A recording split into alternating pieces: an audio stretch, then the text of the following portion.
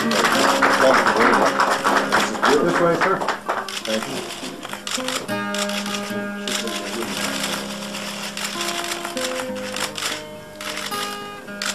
Thank you. This is welcome.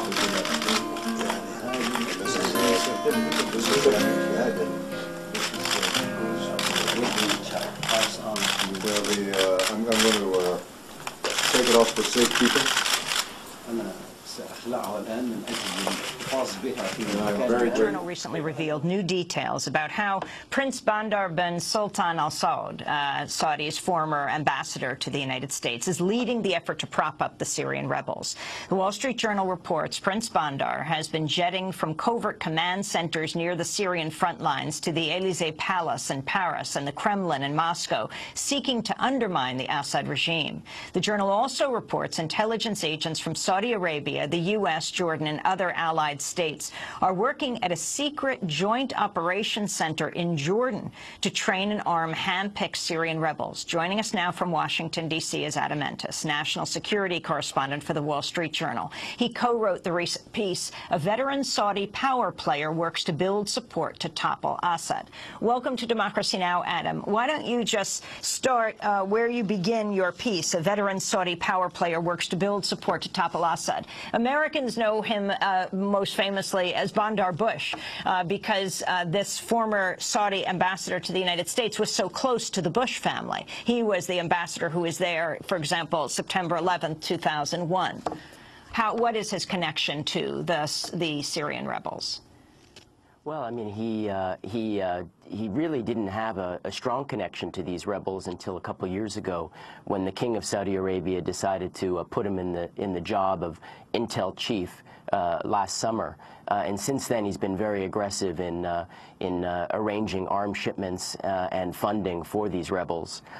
Really what he's doing is he's reprising a role that he played in the 1980s when he worked with the Reagan administration to arrange money and arms for mujahideen fighters in Afghanistan, and also worked with the CIA in Nicaragua to support the Contras. So in many ways, this is a very familiar position for Prince Bandar, and it's amazing to see, you know, the extent to which, you know, veterans at the CIA were excited to see him come back because, you know, in the words of a diplomat who knows Bandar, he brings the Arabic term wasta, which means under-the-table clout. You know his checks are not going to bounce, and that he'll be able to deliver the money from the Saudis. Well, your article provides enormous detail. For instance, the role of Jordan and the training, not only by the CIA but by Saudi forces. Could you talk about Jordan's role now in the training of the rebels? Right. So what happened was initially the Saudis, Qatar, Turkey, and to a certain extent the CIA in more of an observatory capacity had set up their operations for arming the rebels out of Turkey. And about a year ago, a little over a year ago, you know, the Saudis were watching as these arms were flowing in, and were concerned that they were going to what the Saudis and what the Americans would consider to be the wrong rebels. And this would include Islamist groups, Muslim Brotherhood-connected groups. And so they decided to pull out of Turkey and move to Jordan. They convinced the king of Jordan, who was a little bit reticent initially to accept this being done in their territory, because they were worried about reprisals, where, for example, there are large refugee camps for Palestinians just north of the Jordan-Syria border, inside Syria. And the fear for the Jordanians was that the Syrians would literally push those refugees into Jordan and further destabilize the kingdom. And what we found in our reporting is that Bandar spent many hours with the king and with his military chiefs, reassuring them that the Saudis would support the Jordanians through this. And then CIA Director David Petraeus was involved as well in helping assure the Jordanians that the U.S. would have Jordan's back. And last summer, they created this operations center. And what would happen, what is happening now is you have actually more CIA officers now there at that base than there are Saudi personnel. They fly weapons in. The Saudis are the ones who are doing the bulk of this. They buy the weapons in largely in places like Eastern Europe, to a certain extent Libya, and they bring them to this base, which has a landing strip and storehouses for the weapons to be stored. Saudis and the Jordanians,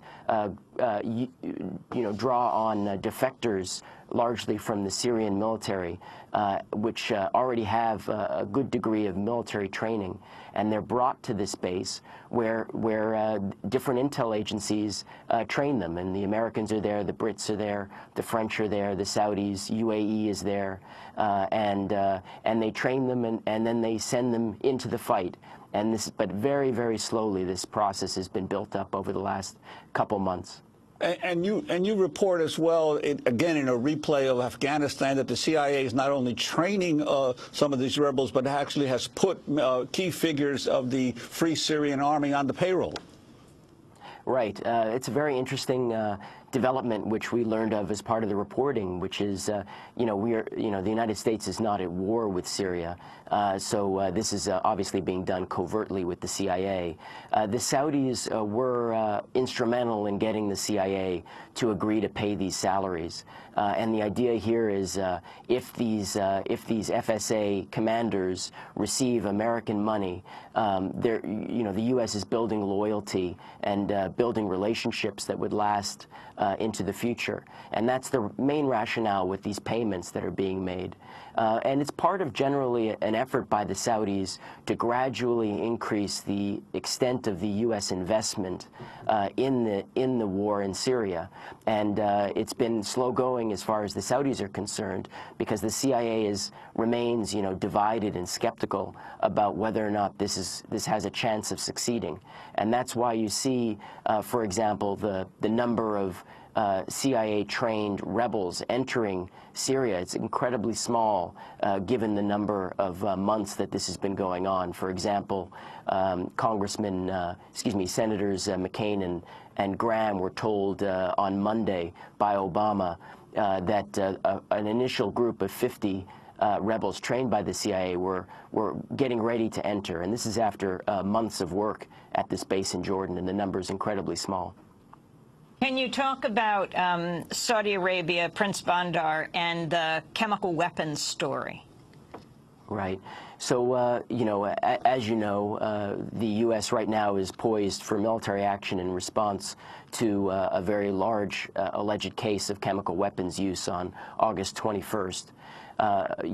Over the course of the last year, there have been these scattered reports of chemical weapons being used in much smaller quantities. Generally speaking, the U.S. intelligence community has been skeptical initially of those. The Saudis played an early and important role in trying to bring evidence of chemical weapon use to the West for analysis. And we were told as part of the research for the story that the Saudis were brought by members of the Free Syrian Army, which is the Western-backed rebel group. A Syrian who had been exposed to an agent, a chemical agent. The Saudis arranged for that Syrian to be flown to Britain for treatment and to be tested. What the British found when they did the testing was that this Syrian was exposed to sarin gas, which the U.S. and British and French intelligence believe is only in the possession of the Syrian regime. That was sort of the first case that was offered credible evidence that chemical weapons had been used. And what you saw in the months that followed was first Saudi intelligence, so Bandar's intelligence agency, concluded that chemical weapons were being used on a small scale by the regime. Followed by that, the Brits and the French were convinced of the same conclusion.